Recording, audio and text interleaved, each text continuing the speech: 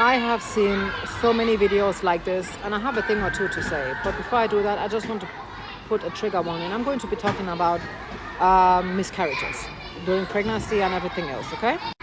First of all, there's a fact that we need to collectively agree on, and that is that society globally takes pregnancy for granted.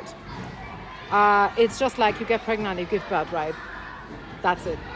Like, no big deal. And I used to think like that. When I had my first child, I had just turned 18 a couple of months earlier. So until a couple of, like two weeks, 10 days before he was born, I was still working. Okay, I was working multiple jobs, going to work different times of the day. I was driving until 2 days before I gave birth to him, because I was just pregnant, right? There is this beautiful saying, you're pregnant, not sick. The layers, sexism to that is just insane, but I digress. So I used to think like that. I'm like, after all, millions of women go through that every single day, it can't be that bad, right? Then he grew, it took us another 7 years to have another child for various reasons. And when I got pregnant, it came out of the blue. It wasn't, we were wanting another child, but kept on trying and it wasn't like coming through. And then all of a sudden I was pregnant. And I was over the moon. And I lost that pregnancy. I lost that pregnancy under terrible, terrible circumstances. I had what we refer to as small beds on our toilet. I was checked and the doctor told me that this is not a healthy pregnancy. I have to get an abortion, and that was scheduled for Wednesday. Saturday morning, I had pain like I couldn't even explain it. I'm going to save you the details, but if I tell you, it was terrible. I gave birth to that pregnancy at 11 weeks on my toilet.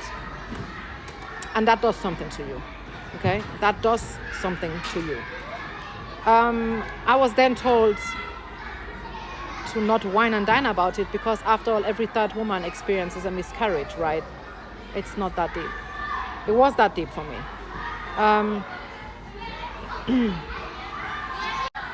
I then recovered, and after 5 months I got pregnant again, and this was probably the worst time of my life, because I had no faith, no trust in this pregnancy, in myself, in my body. I had no peace until I started feeling my child moving. And if you have ever been pregnant or know anything about pregnancies, you know that doesn't happen until like late 4th, early 5th month. So the first 4 or 5 months of this pregnancy were just literal hell. It was so bad that I was given medication by my midwife because I couldn't sleep. I kept on having dreams. I kept on being scared that I'm going to experience this again. Lo and behold, and on top of that, I've spoken about this here before, but it's been long. My 2 last pregnancies, they were never meant to happen.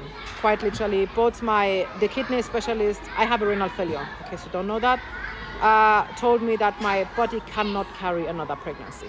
That the miscarriage I had was like a warning sign. I should listen to it. I should not conceive again. But I saw the heartbeat and I saw that this was a healthy pregnancy. I couldn't get myself to have an abortion. I consulted with my children's daddy, and we were like, anything you want to do, I'm there. But he too believed that if there is a healthy baby and I want it, we should keep it. So we kept it. And that pregnancy is going to be 9 years next month. No, in June. So I have 3 summer children, so that's why. So then after I have given birth to him, he grew. He was everything I could have asked for. He still is, and extra. I don't want to go into details too much, because then 10 minutes is not going to be enough for this video, but he was the spiritual definition of hold my fucking beer. They told me I can't make it. Let me know I can. Let me show you I can. So he's a very energetic child, a very, very, very inquisitive child. And I cannot thank heavens enough for him being healthy. So then 1.5 years or 1 year after he was born, I got pregnant again and had a second miscarriage with exactly the same circumstances than before, but this time I lost the pregnancy at 8 weeks. It was horrific. It was terrible. I was taken aback, Now you might be saying, oh, they told you not to have kids again and you didn't listen. Save yourself the stress. Okay, it is what it is. I did what I wanted to do because I fucking can. So after I lost this pregnancy and I recovered, I got pregnant with my daughter. I was given the same things, told the same things. Your body is not going to make it. You are going to have a stillborn at 5-6 months of pregnancy. Do you really want to risk that? However, that pregnancy is going to be 7 in May. So my sister-in-law, she calls my 2 last children, especially my middle child, baby miracle, because she's a nurse and she followed that up all across from America very closely, very intensely, and she was like, this is just a miracle. Now you might be like, Nicole, why the fuck are you trauma dumping on us? It's not that, okay? This has a context. So let me land my plane. Because at the end of the day, when I see videos like this, it all boils down to the whole, oh, people just create life and it should just be passing like that, right? After all, what you're doing is just giving birth to a child. That's not what it does. Mentally, physically, emotionally, you go through all levels of emotions. You go through heaven and earth. You go through hell when you give birth. You create a life. You create another human being. In most cases, a perfectly healthy human being that forms from your body. The strength of your body produces another human being. And it was not after my second son, the pregnancy of my second son was ongoing, that I really understood what a pregnancy does to a body.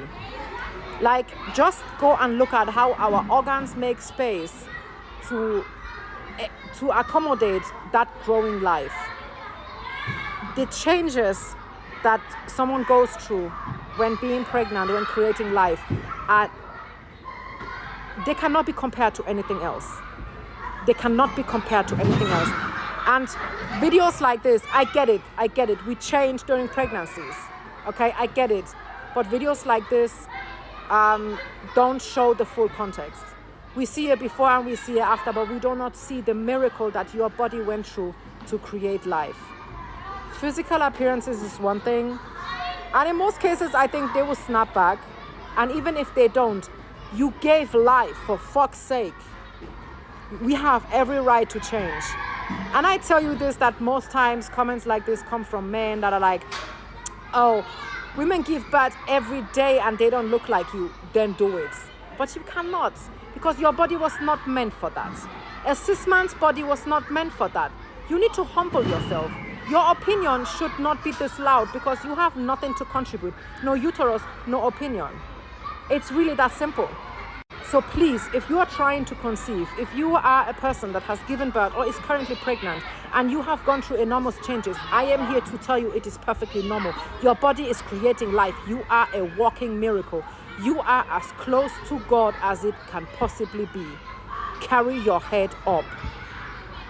There is no other place life comes from but from the womb.